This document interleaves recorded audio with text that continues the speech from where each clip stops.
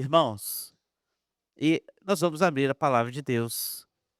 Comigo você vai lá em Provérbios, capítulo 3, verso 27 ao verso de número 35. Provérbios 3, de 27 a 35. Abra aí sua Bíblia e hoje nós vamos meditar aí sobre essa porção 20, 27 ao versículo de número 35.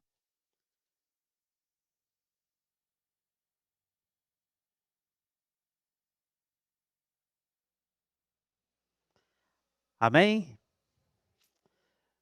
Irmãos, ainda leitura alternada, vamos fazer leitura. Coloque-se de pé, versículo 27 ao versículo 35, diz assim a palavra: Não te furtes a fazer o bem a quem de direito, estando na tua mão o poder de fazê-lo.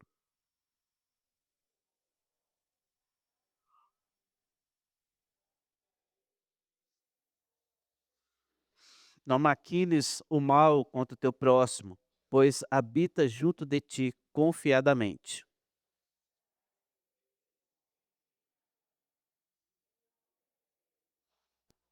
Não tenhas inveja do homem violento, nem sigas nenhum de seus caminhos.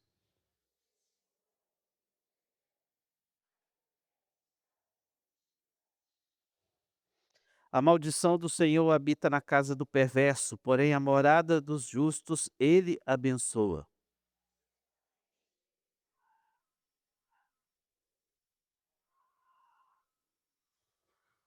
Os sábios herdarão a honra, mas os loucos tomam sobre si a ignomínia. Oremos mais uma vez.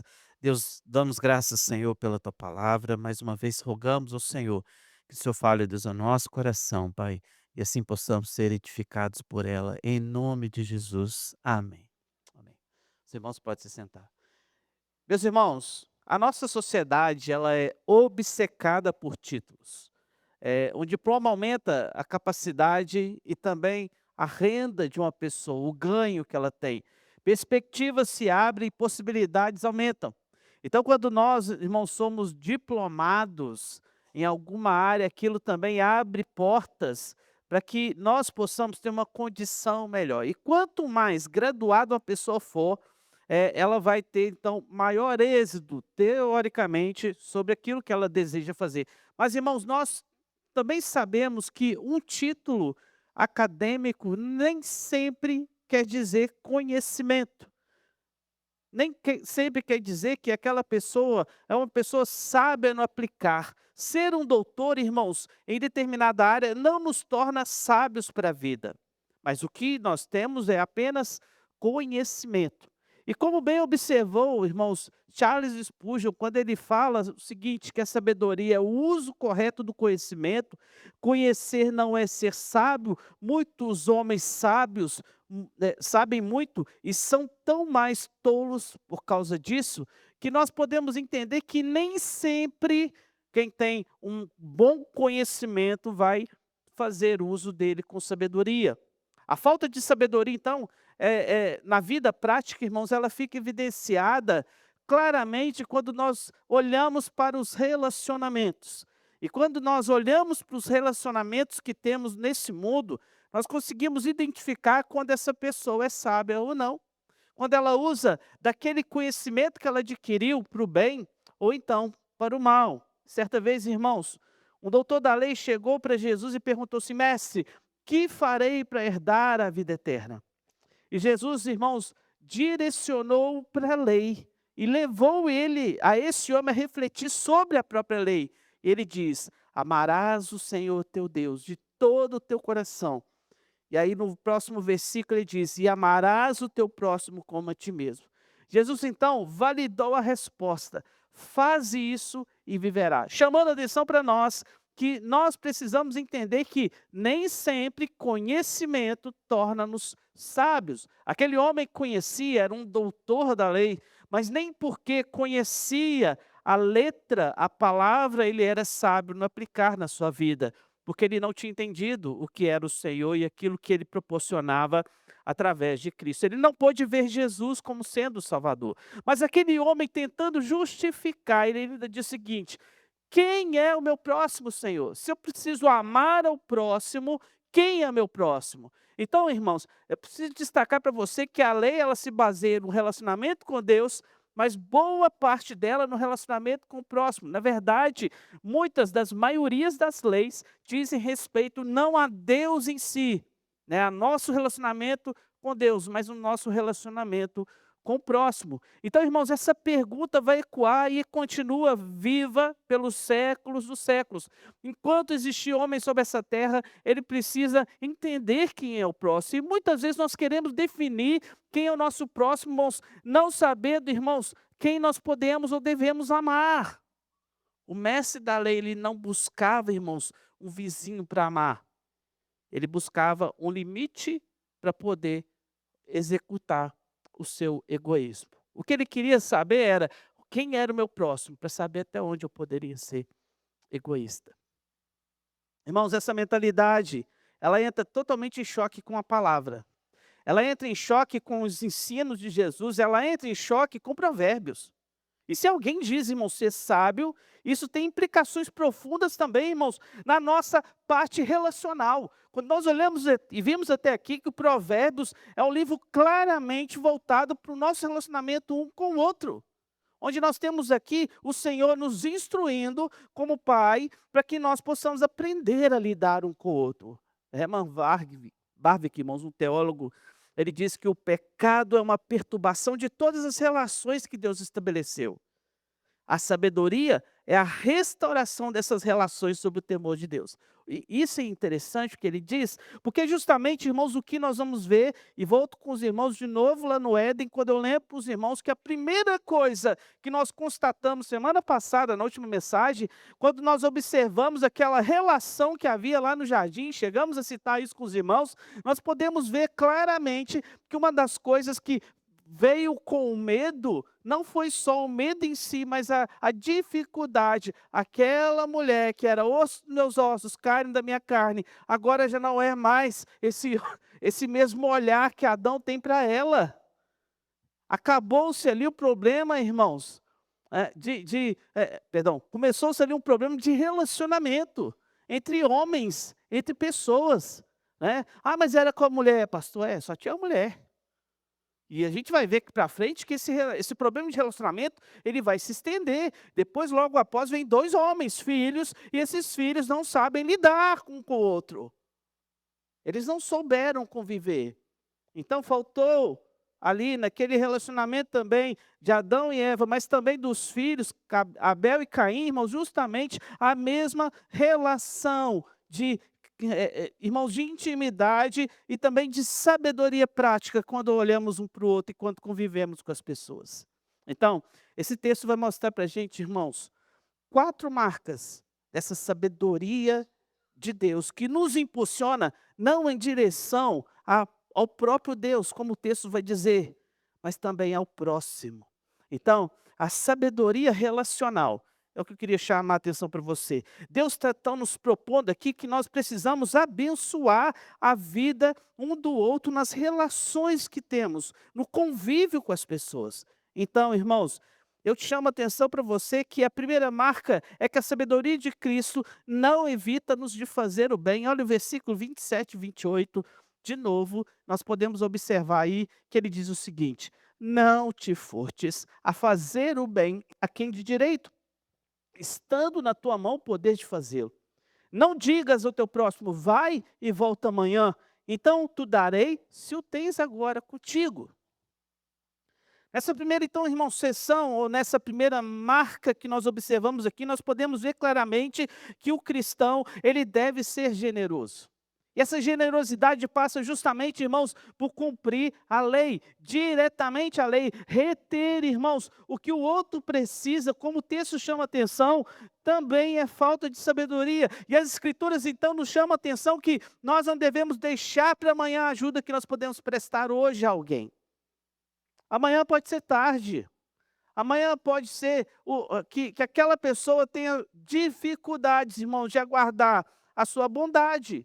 Então ele chama atenção para a gente, e olha que coisa interessante, ele fala aqui de furto, né? Olha, irmãos, ele está chamando a atenção para a gente com o aspecto da lei. Você está furtando a si mesmo. Furtar é quebrar a lei. Está vendo que, olha que coisa interessante, um aspecto que você acha que talvez furtar é só tirar do próximo. O texto está chamando a atenção que aqui a lei de furtar, né, o mandamento de não furtarás, está sendo usado em relação à própria pessoa que não faz o bem. Ou seja, irmãos, deixar de fazer o bem, deixar de realizar aquilo que é bom, é tirar de mim, de você. Nós mesmos fazemos isso, nós mesmos roubamos de nós o ato da bondade, como sendo algo, um benefício, como sendo algo bom, né? Por isso que Cristo fala que mais bem-aventurado é dar do que receber.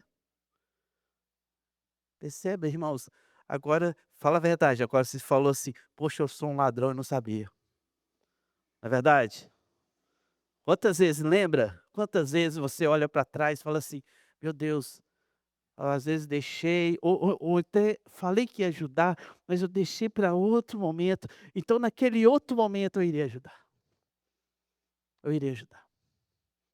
Irmãos, eu lembro da época do seminário, eu tinha um irmão na igreja, e a gente era muito amigo, diácono, não sei se eu já contei isso com os irmãos, nós 2 éramos diáconos da igreja, e eu ia no seminário, quando eu fui, ele falou assim comigo: "Ó Emerson, o que você precisar lá, me liga, me fala que eu vou te ajudar, vou te ajudar. Se precisar comprar alguma coisa, me liga que eu vou te ajudar". Eu nunca liguei para ele. E adivinha quantas vezes que ele me ajudou? Nenhuma vez. Porque o ato de bondade somos nós que tiramos de nós. Não fui eu, irmãos, que o impedi de ser bom, foi ele que se impediu de ser bom. Então perceba, irmãos, Levítico 19, versículo 13, ele chama atenção para a gente agora para um outro aspecto. E por isso a lei vai comentar o seguinte em Levítico 19, 13: "A paga do jornaleiro não ficará contigo até pela manhã". Algo que acontecia muito naquele tempo é, a pessoa trabalhou para você, entenda, a palavra jornaleiro não é o jornal, não é aquela pessoa que entrega o jornal. Mas a ideia do jornaleiro é aquele que trabalhava no dia, né? Então, trabalhou um dia, ele tinha que receber o dia. Então ele está chamando a atenção para a gente que aquela pessoa que trabalhava um dia, eu não deveria de forma nenhuma segurar o pagamento dele, o que era comum entre os judeus, tá? E muitas vezes, irmãos, ficava naquilo: "Não, vamos terminar a semana, aí depois te pago". Não, o texto chama a atenção que aquela pessoa precisava daquilo para sobreviver, e eu não deveria então reter aquilo que era direito dele, né? Lembra? O trabalhador tem por direito o pagar do seu salário. Então eu estava não sendo bom, mas pelo contrário, o direito mais básico do ser humano, irmãos, é o direito à dignidade, ser amparado. E uma forma dele fazer isso consigo mesmo é trabalhando, vendendo a sua força, para que ele possa então receber. João Calvino, irmãos, ele vai nos dizer o seguinte: que nenhum membro da igreja possui sua capacidade para si mesmo, nem a exercita apenas para o seu próprio proveito, mas as comunica aos outros. Infelizmente, irmãos, nós muitas vezes tratamos as outras pessoas com diferença e assim deixamos a bondade escapar da nossa mão. O ato da bondade. O versículo 28 ele diz: expõe as nossas desculpas burocráticas, né? O versículo de número 28 dizendo o seguinte: não digas ao teu próximo, vai e volta amanhã. Táticas, irmãos, que muitas vezes as pessoas fazem para adiar o socorro, né? Adiar o socorro daquele que precisa. Chama, irmãos, a atenção para você que aquele que deixa para amanhã nunca vai fazer. Aquele que deixa para amanhã não tem de forma nenhuma o desejo no coração de contribuir, de ajudar, de fazer o bem. Então, irmãos, o bem adiado é um bem negado.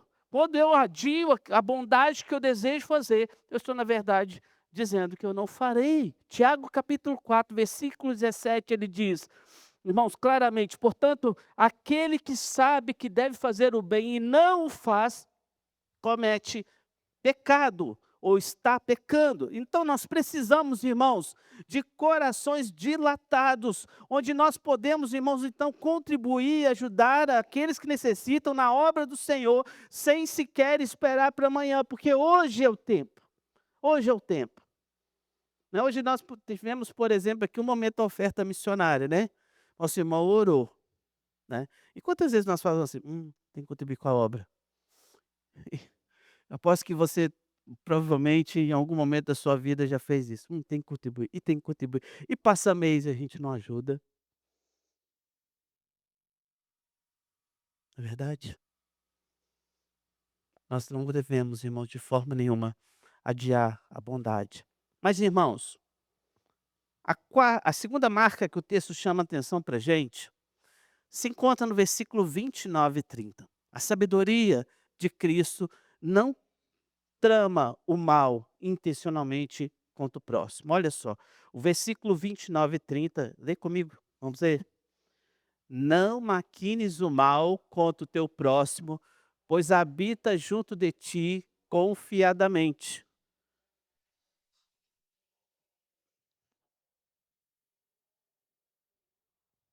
Então, irmãos, essa é uma advertência importante. O texto chama atenção para a gente que pensar mal do próximo que convive, e o texto chama atenção para a gente para confiança, ou seja, aquela pessoa resolveu habitar com você e confia em você. Então, o texto denuncia um pecado de opressão, irmãos, de traição relacional, que muitas vezes, infelizmente, acontece.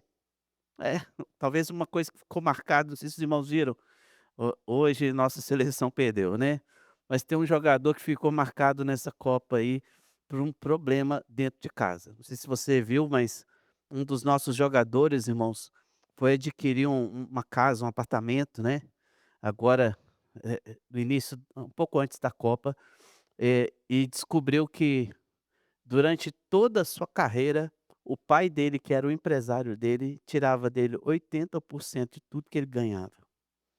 E ele descobriu que não tem praticamente nada, porque os 20% que ele ganhava e jogava no banco, confiando no pai, era aquele que ele gastava no dia a dia da sua vida. E muitas vezes, irmãos, nós vivemos dessa forma, em confiança, não é verdade? A confiança ela existe, irmãos, porque simplesmente aquela pessoa em algum momento achou-se digna dela. Mas o texto chama atenção para a gente, irmãos, que dentro dessa relação, Thomas Watson vai dizer que a malícia é o ecossistema do diabo.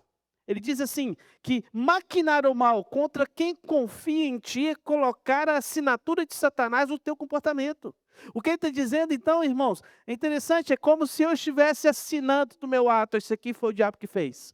Né? Mas quem fez, fez pelas minhas próprias mãos. Então, irmãos, muitas vezes nós achamos um absurdo quando sofremos injustiça, mas achamos, irmãos, que a graça é necessária conosco quando nós somos injustos. Então, quando a injustiça é comigo eu quero justiça em dobro. Agora, quando a injustiça é contra o próximo, tudo bem, não faz tanto mal. Nós precisamos, irmãos, entender que a vida, ela é uma vida onde nós vamos plantar e colher tudo aquilo que nós, nesse mundo, semearmos. Então, irmãos, quem fofoca ou planeja derrubar o outro no trabalho, por exemplo, ou na igreja, ou na própria casa, como o exemplo que eu citei aqui com os irmãos, o texto chama a atenção, é como se estivesse jogando veneno no poço, no mesmo poço que ele vai tomar água. E muitas vezes nós estamos fazendo isso, irmãos. Nós estamos fazendo isso quando nos voltamos contra alguém do nosso lar. Nós fazemos isso quando voltamos com alguém do nosso trabalho, quando voltamos contra alguém da igreja e tentamos então, irmãos, envenenar essas pessoas. Só que nós esquecemos que o veneno volta justamente para o poço ao qual nós vamos beber água. Provérbios 6, versículo 16 e 18, diz o seguinte: 6 coisas o Senhor aborrece, a sétima a sua alma abomina. Versículo 18 ele diz: coração que maquina pensamentos iníquos, pés que se apressam a correr para o mal. Então, irmãos, o texto também nos adverte contra o espírito litigioso. O texto fala assim: jamais pleiteie com alguém sem razão. Então a razão é algo que determina muita coisa, mas o texto chama atenção que contenda habita, irmãos, justamente naqueles que não são servos de Deus. Então brigas por motivos fúteis, irmãos, e também por orgulho ferido, é claramente algo que traz ao coração do Senhor tristeza. Em Romanos 12, versículo 18, a palavra de Deus diz: se possível, quando depender de vós, tende paz com todos os homens. Então, se é para ter paz com todos os homens, nós precisamos entender que depende sim de mim esse relacionamento. Jonathan Edwards, irmãos, ele diz que o espírito cristão é um espírito de amor, não de discórdia. Aquele que cava uma cova para o seu próximo, cairá nela pelo justo julgamento de Deus. Nós estamos cavando aquilo mesmo que nós vamos cair. Ele chama atenção para a gente ainda, irmãos, para uma terceira marca. Na sabedoria relacional, nós precisamos entender que a sabedoria de Cristo não injeta prosperidade, não inveja, perdão, a prosperidade dos ímpios. Olha só, versículo 31 e 32. Ele diz assim, leia comigo, vamos ler. Não tenhais inveja do homem violento, nem sigas nenhum de seus caminhos, porque o Senhor abomina o perverso, mas aos retos trata com intimidade. Inveja é um pecado silencioso, irmãos, que corrói o nosso coração por dentro, a nossa alma, quando especialmente nós olhamos para aquilo que não temos e achamos que merecemos o que o outro possui. Então, o salmista no Salmo 73, versículo 3, ele chama atenção para a gente e diz: pois eu invejava os arrogantes ao ver a prosperidade dos perversos. Então ele lembra para nós que em algum momento o salmista olhou para a prosperidade do ímpio e falou assim: por que eu não tenho? Eu quero isso. Nós, irmãos, olhamos para a facilidade, olhamos para o luxo e entendemos que aquilo ali é algo que Deus deveria nos dar. Agora, se Deus não dá, nós tiramos. Em Provérbios 23, 17, ele diz: não tenha o teu coração inveja dos pecadores. Antes, no temor do Senhor, persevera todo dia.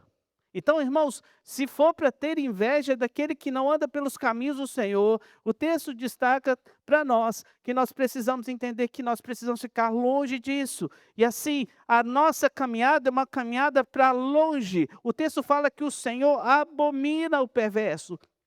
O texto de Provérbios base nosso. Então a palavra aqui denota algo mais, irmãos. Ele chama atenção para a gente claramente para algo repugnante aos olhos de Deus. Deus tem repulsa. O homem violento, idólatra, pode ter até mãos cheias, irmãos, de materiais, mas ele tem corações vazios de Deus. A sabedoria não habita num coração, irmãos, maculado pelo mal. Então você entende claramente que quando nós observamos aquelas pessoas que não têm o Senhor no coração, e eles então se tornam, irmãos, como o texto chama atenção, quando nós falamos aqui que pessoas invejosas, eles vão então tratar a sua vida como sendo algo importante, que o outro perca aquilo que tem, para que eu possa então achar satisfação na derrota do outro. Então João Calvino ele vai dizer, quando invejamos a prosperidade dos ímpios, estamos implicitamente acusando Deus de injustiça. Deus, o Senhor é injusto, Deus. O Senhor é injusto porque eu sou servo, eu sou santo, eu vivo nos teus pés, eu sigo na casa do Senhor firme, eu faço tudo que o Senhor quer, tudo que o Senhor determina na tua lei, e eu vivo em pobreza. E o outro vive numa vida boa, tranquila. Tem nem dinheiro para comprar carne no churrasco no Brasil. Ainda bem que você não tinha, né? Você quer uma carne. Tome cuidado com isso, irmão. Não olhe para o que o outro tem, ache que o outro tem é a coisa valiosa que Deus tem para nos dar. E chamar Deus de injusto porque Ele não nos deu o que nós desejamos, o que nós gostaríamos, irmãos. Nós precisamos olhar para a nossa vida com dignidade, entender que o maior presente que Deus tinha para nos dar, Ele já nos deu, que é a salvação. Em Gálatas 5, versículo 26, ele diz: não nos deixemos possuir de vanglória, provocando uns aos outros, tendo inveja um dos outros. Os ímpios, irmãos, então desfrutam apenas dos benefícios terrenos e passageiros, eles realmente acumulam bens e riquezas, mas o que eles têm são corações vazios. Futuro? Nenhum.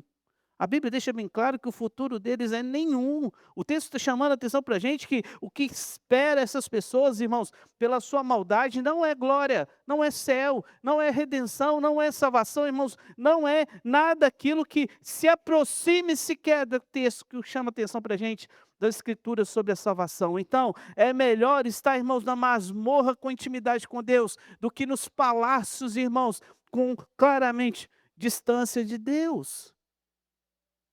É isso que aquele jovem rico não entendeu.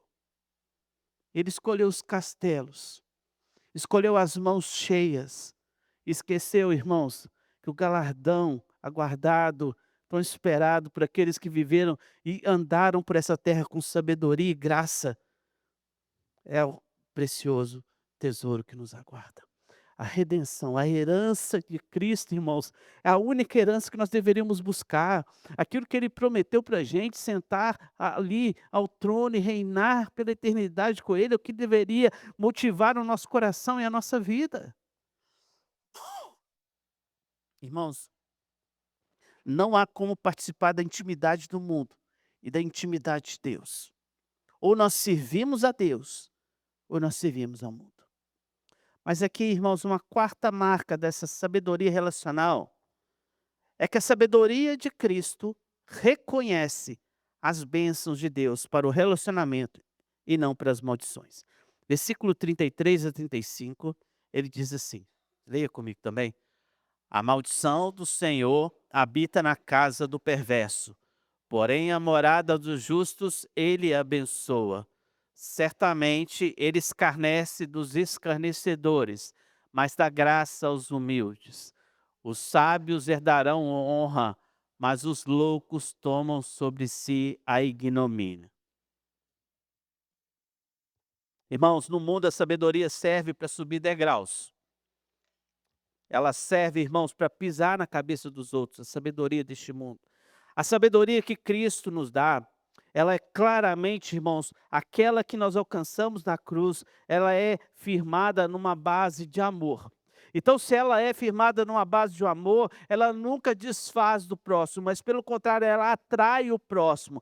E ela não traz sobre nós maldição, mas bênção. Então, esse fechamento aqui, irmãos, traça para a gente um aspecto muito importante sobre a nossa vida, nos nossos relacionamentos. Quando o povo de Deus anda em obediência e retidão, irmãos, as bênçãos repousam sobre ele de uma forma que ele sente e entende que é abençoado. Então nós observamos, irmãos, por outro lado, que a maldição divina também repousa e acompanha aqueles que simplesmente abandonaram a Deus, ou não se curvaram diante dele, reconhecendo como sendo o Senhor e Salvador. Então nós precisamos entender corretamente o que significa essa realidade. O que significa, então, viver com Deus? O que significa, irmão, ser salvo? E muitas vezes olhamos para a aparência de uma felicidade falsa. Hoje, irmãos, antes nós tínhamos dificuldades, né? Na nossa época, a gente ficava pelas janelas, por exemplo. Eu lembro que eu morava em Manhuaçu, irmãos, numa praça, pé da praça, num prédio, e uma das coisas que mais tínhamos tempo para fazer, na minha infância, por exemplo, que não tinha tantos recursos, não tinha tela, não tinha nada, né? Não tinha nada. E muitas vezes a gente, sozinhos durante o dia, um dos passatempos que eu e minha avó tínhamos durante a tarde era ficarmos na janela. Eu lembro que eu sentava na janela e ela, pequenininha, eu debruçava assim, ficava olhando, né, com dificuldade, que ela não conseguia ver muito, que era bem pequenininha, e nós ficávamos ali. Uma coisa que eu amava ver eram os carros passando, né? E ficava assim, nossa, olha, eu queria ter esse carro, eu queria ter aquele ali, queria ter aquele, né? Coisa de menino, né? Admirava carro, gostava de carro, né? Então, coisas de menino. E uma coisa interessante que eu chamo a atenção para você, irmãos, é que hoje você não tem dificuldade nenhuma de invejar as pessoas. Você inveja as pessoas aqui, ó. Você pode aí, ó. Você pode agora invejar as pessoas, você não precisa subir numa janela como eu fazia, para poder invejar. Você inveja as pessoas e as pessoas querem que você inveje elas. Querem que você inveje. Elas fazem para te provocar. Elas querem que você olhe lá, aquela bela casa, aquele belo restaurante que ele está, aquele belo carro que ele está usufruindo e quer que você inveje. Ele chama atenção para você, para que você olhe pelo corpo escultural que ela adquiriu, né, pelos bens, pela prosperidade, o quanto ele está ganhando e quer que você inveje. Coisa que eu acho que no meu tempo, quando eu subi naquela janela, aqueles motoristas nunca pensaram em passar ali só para que eu fosse provocado à inveja.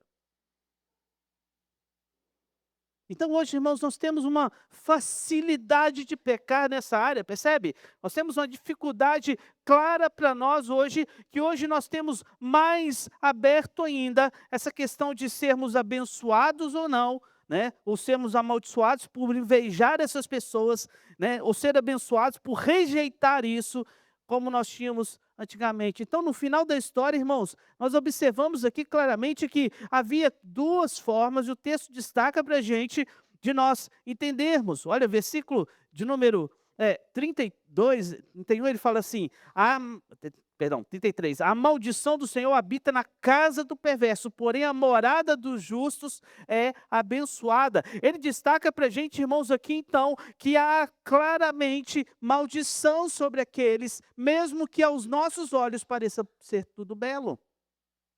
Então, deixa eu abrir um parêntese aqui, quando o texto fala aqui para a gente sobre maldição sobre o perverso. Perverso nós entendemos aqui aquela pessoa que não tem Cristo.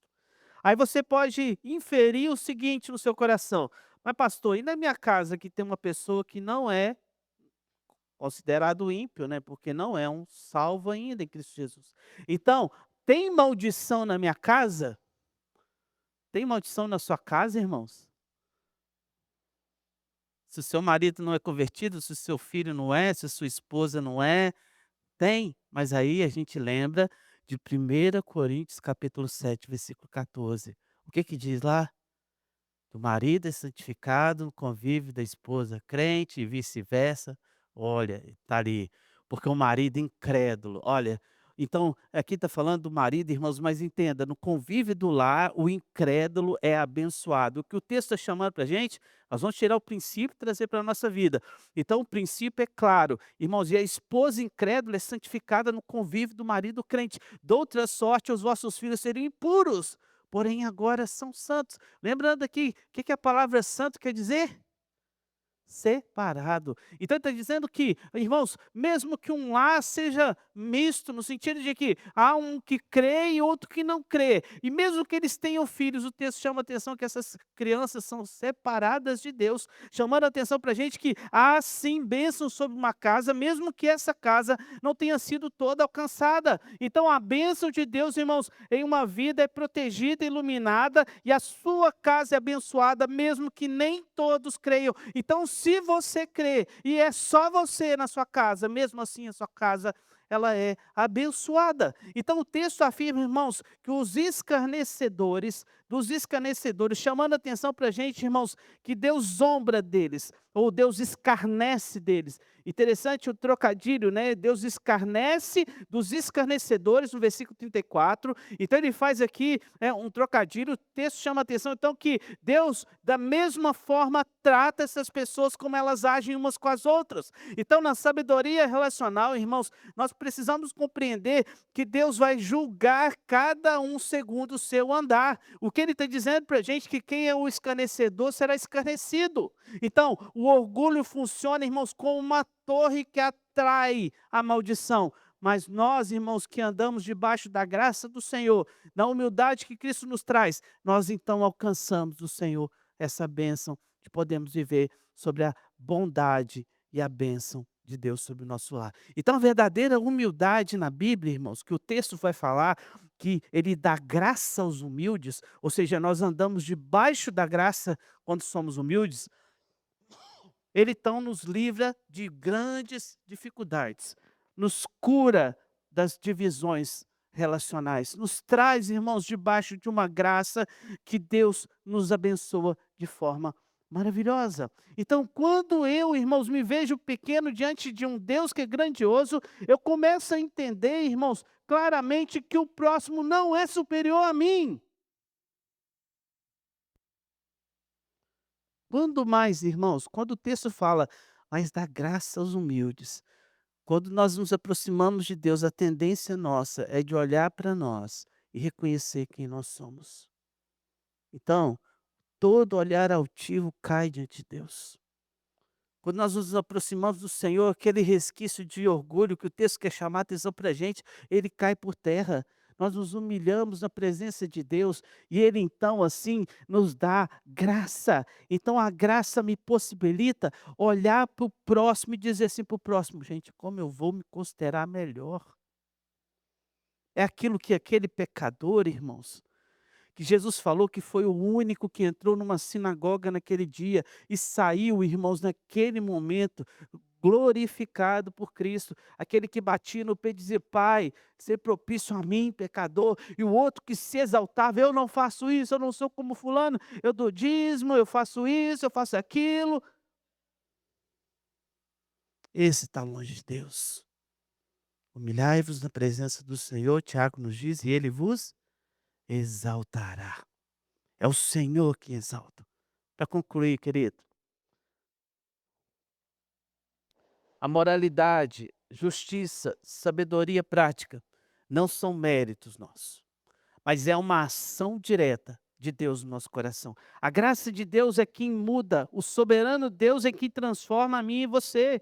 Então, irmãos, o veredito aqui é claro quando ele diz o seguinte no versículo 35: os sábios herdarão honra, mas os loucos tomam sobre si a ignomínia. Então, aqueles irmãos que vivem para si mesmos, desprezam o próximo, carregarão uma vergonha eterna, quando assim eles observarem que simplesmente se tornaram loucos e andaram segundo os seus próprios caminhos, entendendo que o que eles são é superior ao próximo e não tratando cada um como deveria se tratar com honra, achando que é superior. Sim, irmãos. Nós precisamos olhar como o outro, como Paulo diz: olha, eu sou o pior.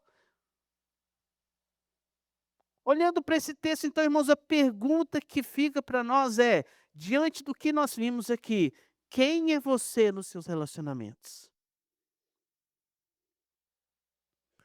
E se eu não estou errado, e você vai me ajudar, 1 Coríntios 11, irmãos, quando fala da mesa, ele deixa bem claro que nós não deveríamos nos aproximar da mesa sem um bom relacionamento com o próximo. Por isso ele nos convida e diz: olha, examine-se, pois o homem, e coma do pão e beba do cálice. É diante do Senhor, irmãos, que precisa estar nossos relacionamentos. Nós éramos, irmãos, os necessitados morais que precisavam de graça antes, né?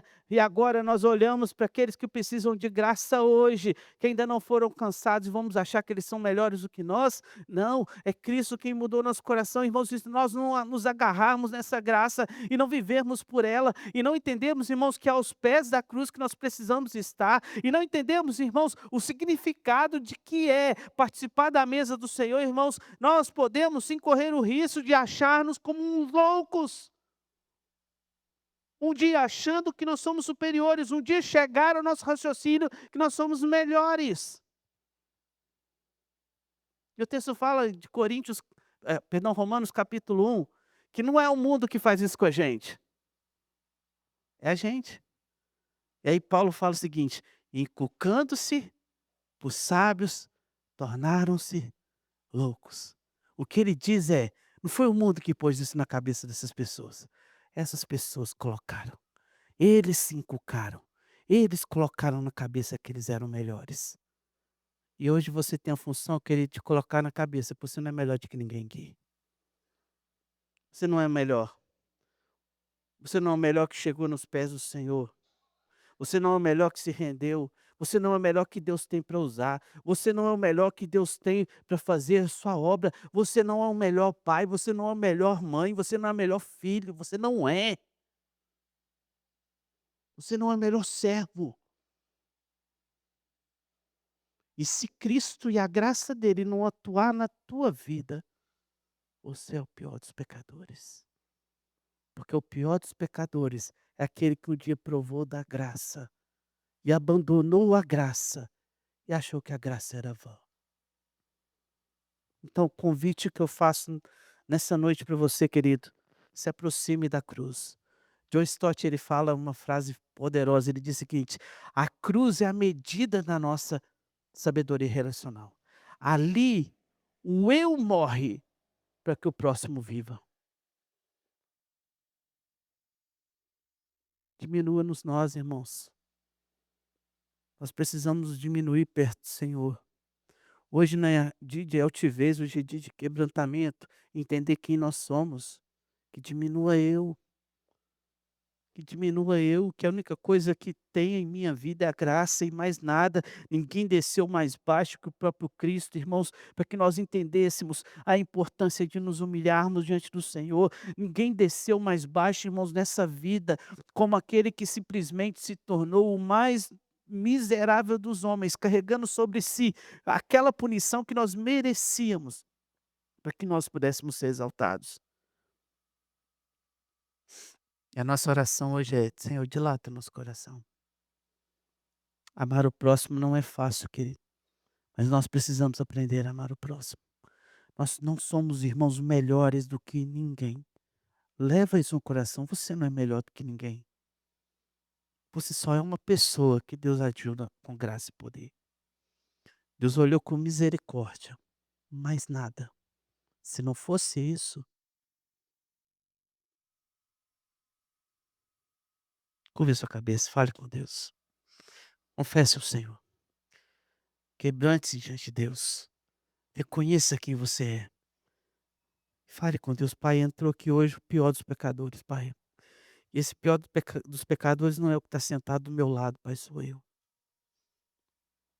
O pior dos pecadores, Pai, sou eu que tenho andado de desacordo com tua lei.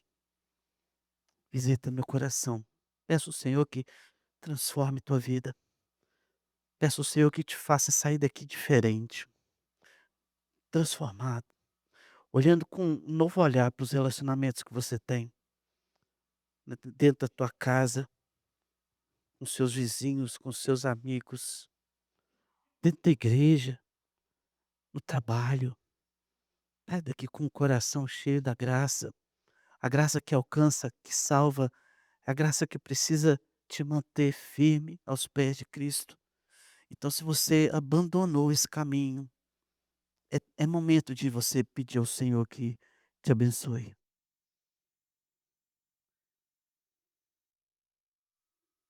Peça ao Senhor perdão. Confesse, Senhor, o seu pecado. Deus misericordioso, tremendo és, Pai.